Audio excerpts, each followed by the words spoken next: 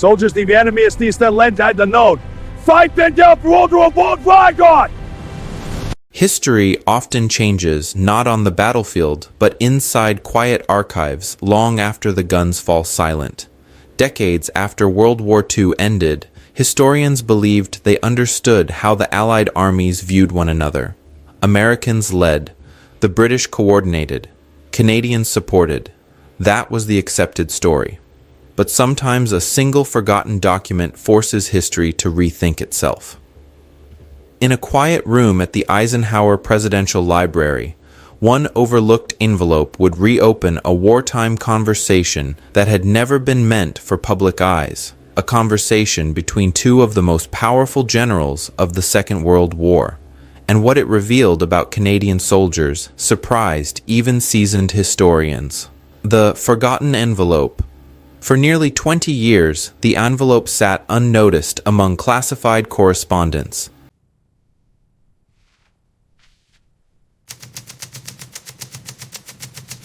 Soldiers, waste the enemy today. Advance with courage, strike with precision, victory is ours. It wasn't until archivist Patricia Wilson began organizing personal wartime letters that something felt wrong. Dated August 23, 1944, the envelope carried a classification stamp that didn't match the file description. Even stranger was the handwriting.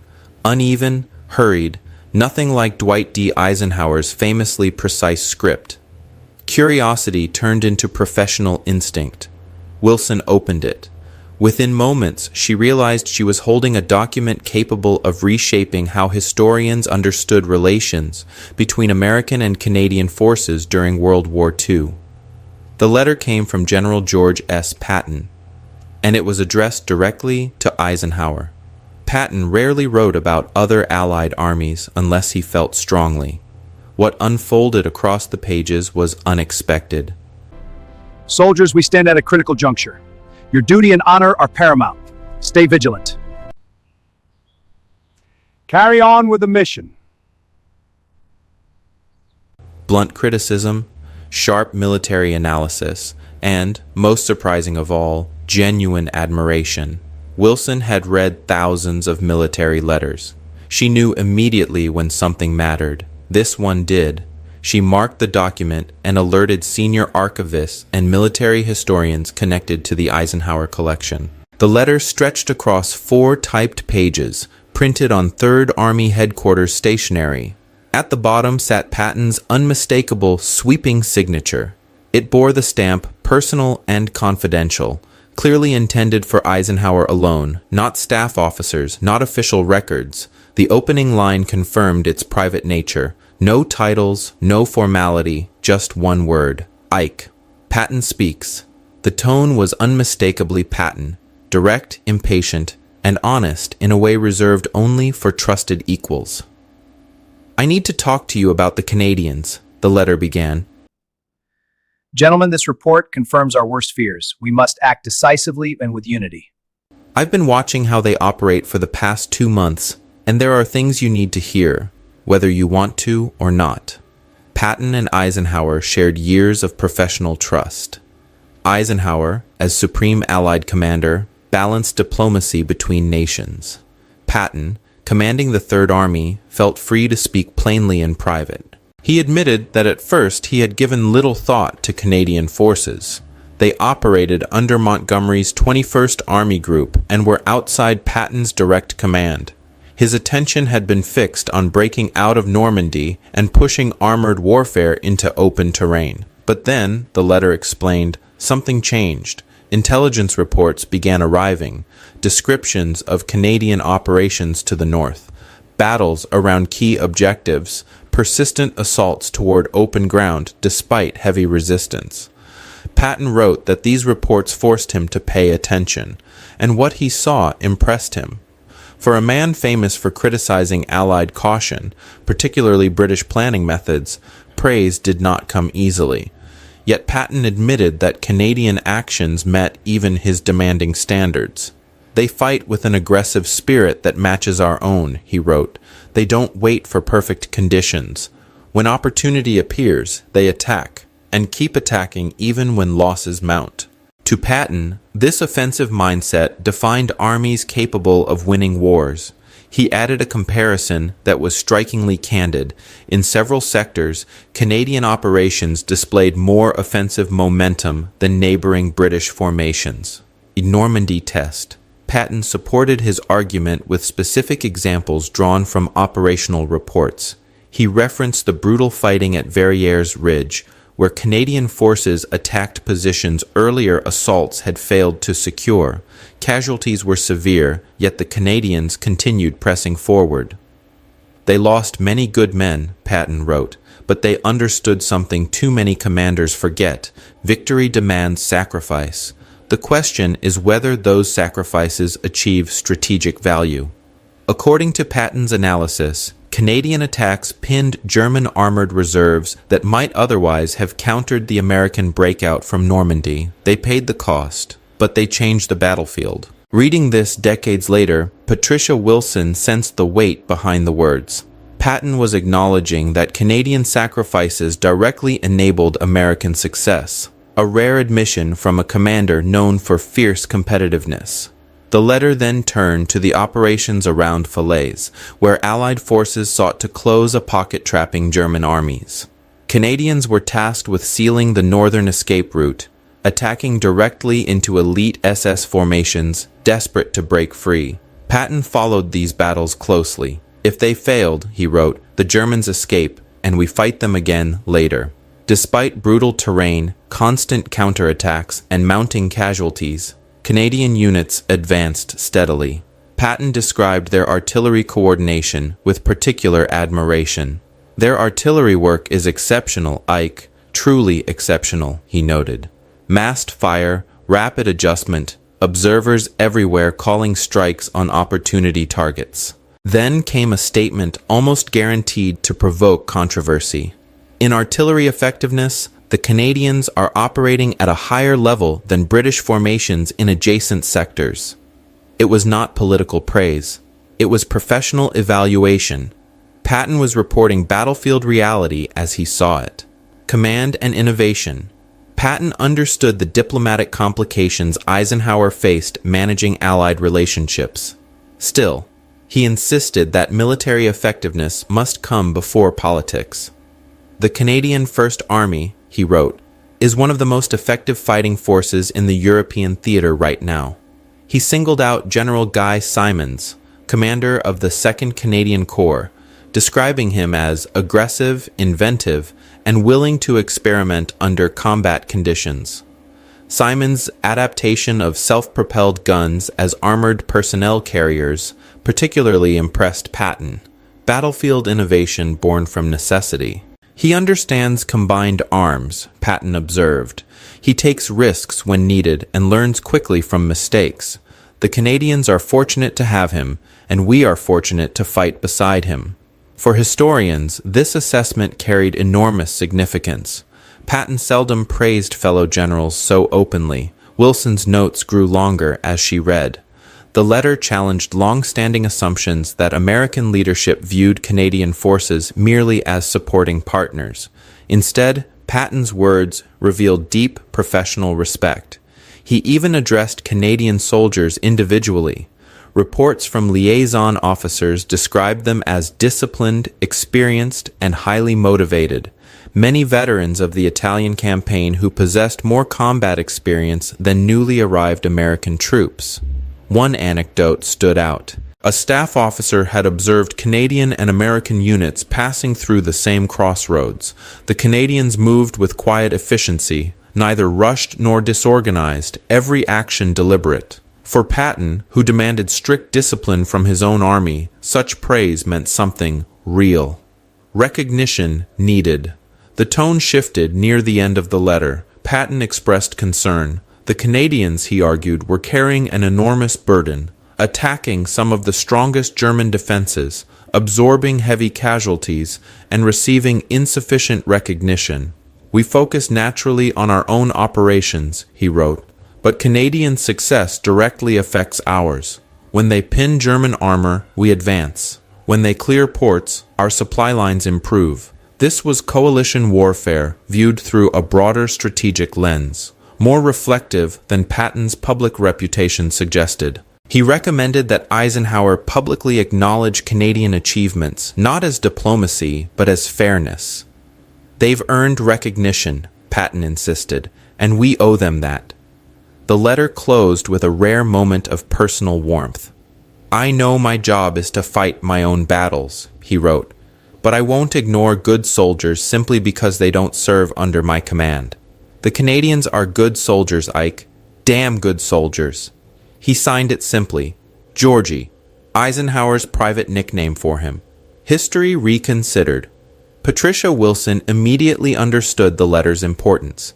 She prepared a detailed report for library leadership and notified military historians specializing in Allied operations. The document raised powerful questions. Had Eisenhower acted on Patton's recommendation? Did other American commanders share similar views? What did this reveal about the true dynamics inside the Allied command? Subsequent research revealed something remarkable. In the months following the letter, Eisenhower delivered several public statements praising Canadian contributions to the war effort, acknowledgments historians had never fully connected to private internal discussions. A forgotten envelope had quietly rewritten part of Allied history, and it proved that, behind official communiques and diplomatic language, respect between soldiers often ran deeper than history first remembers. Signs of influence. In September 1944, Eisenhower publicly highlighted Canadian operations during a press conference, specifically referencing the fierce fighting around Falaise. A month later, despite an exhausting operational schedule, he made an unusual visit to Canadian headquarters, spending extended time with Canadian commanders. For a supreme Allied commander whose days were measured in minutes, such attention was notable. Historians cannot prove that Patton's letter directly caused these actions, yet the chronology suggested something important. Patton's blunt observations likely reinforced views Eisenhower was already forming about the Canadians' growing importance within the Allied campaign. Researchers then turned to other American commanders. General Omar Bradley, commanding the neighboring 12th Army Group, left quieter but consistent acknowledgments in both wartime correspondence and later memoirs. Bradley lacked Patton's dramatic style, yet his conclusions echoed the same theme. Canadian operations repeatedly drew German strength away from American advances. General Courtney Hodges of 1st Army, who worked more closely alongside Canadian formations, submitted professional reports praising their discipline and tactical reliability. His assessments were technical rather than emotional, but the message remained clear. Canadian forces were not merely supporting players. They were highly effective combat partners. Why it stayed hidden? The obvious question followed. If such respect existed, why had history rarely mentioned it? The answer lay partly in classification and partly in storytelling. Personal correspondence, like Patton's, remained sealed for decades. When his letters were later edited and published, historians favored his most controversial remarks, political opinions, dramatic statements, and battlefield bravado. A thoughtful analysis of Allied cooperation simply lacked headline appeal.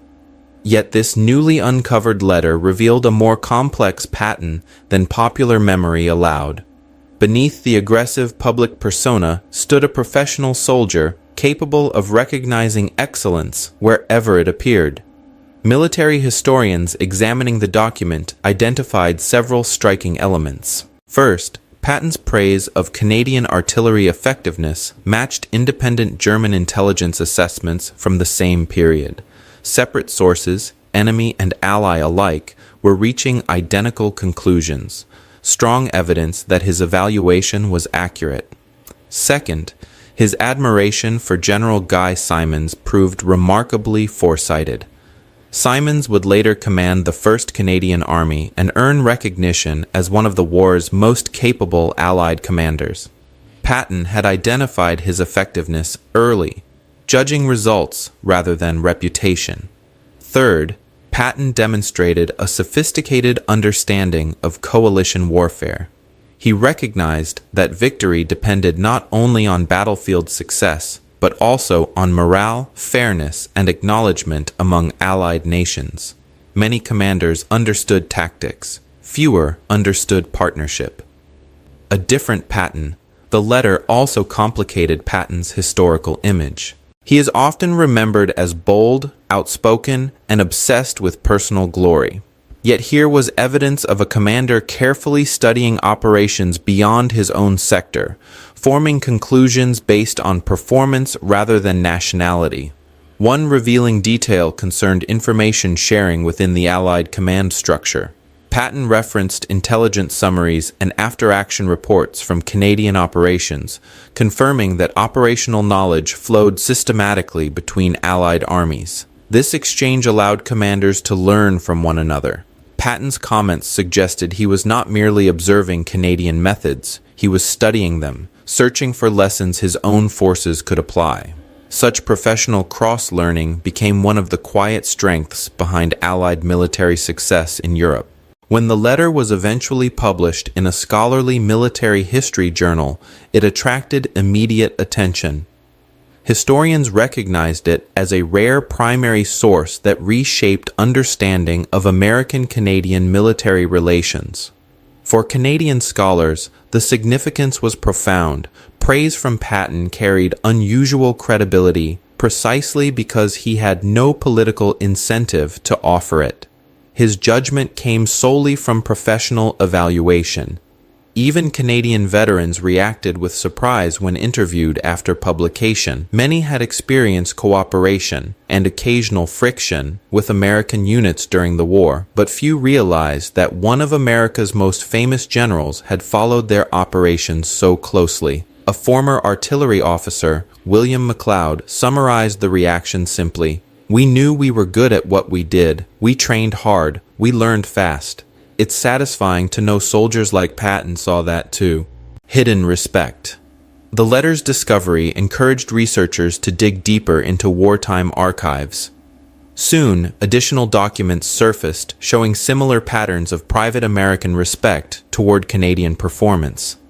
General George Marshall, U.S. Army Chief of Staff, had written to Eisenhower praising Canadian efforts to clear the Scheldt estuary, recognizing the difficulty of the mission, and recommending formal acknowledgement in American reports. Taken together, these documents painted a different picture of Allied leadership. Public statements during the war often emphasized national achievements. Privately, however, senior commanders understood how deeply interconnected their successes were.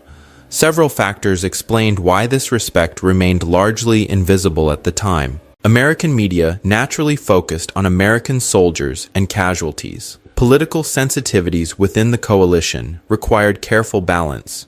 Praising one ally too openly risked creating resentment among others. And American military culture often celebrated self-reliance, making open acknowledgement of dependence on allies more complicated. But in private letters between professionals, diplomacy faded. Patton could speak honestly to Eisenhower because the audience was one man, not the world. Legacy of a letter. Ultimately, the letter revealed something larger than Patton's personal opinion. It exposed the reality of coalition warfare during World War II. Beneath national rivalries and organizational differences existed genuine professional respect among commanders fighting a common enemy. Different armies brought different strengths. Equipment varied, doctrine differed, coordination was sometimes difficult.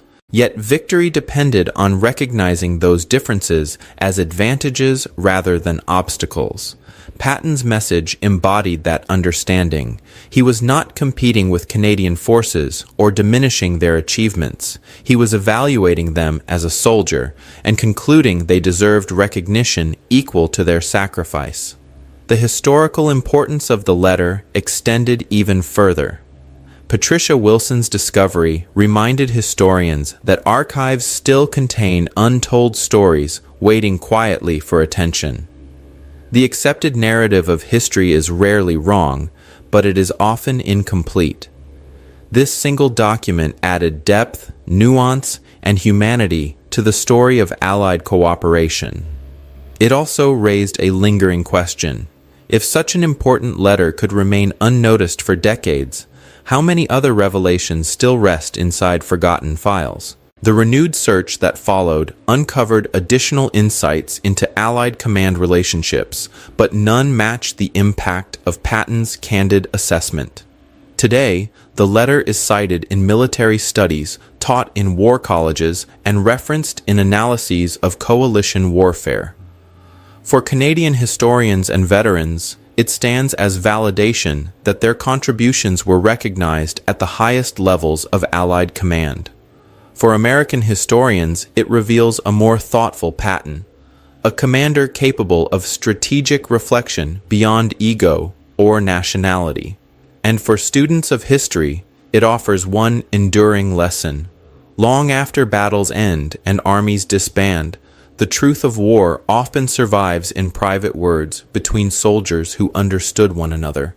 What Patton told Eisenhower in 1944 remains simple, direct, and powerful. The Canadians were damn good soldiers, and history, at last, heard him. This story is a historical reconstruction based on documented battlefield reports, memoirs, and known attitudes among Allied commanders.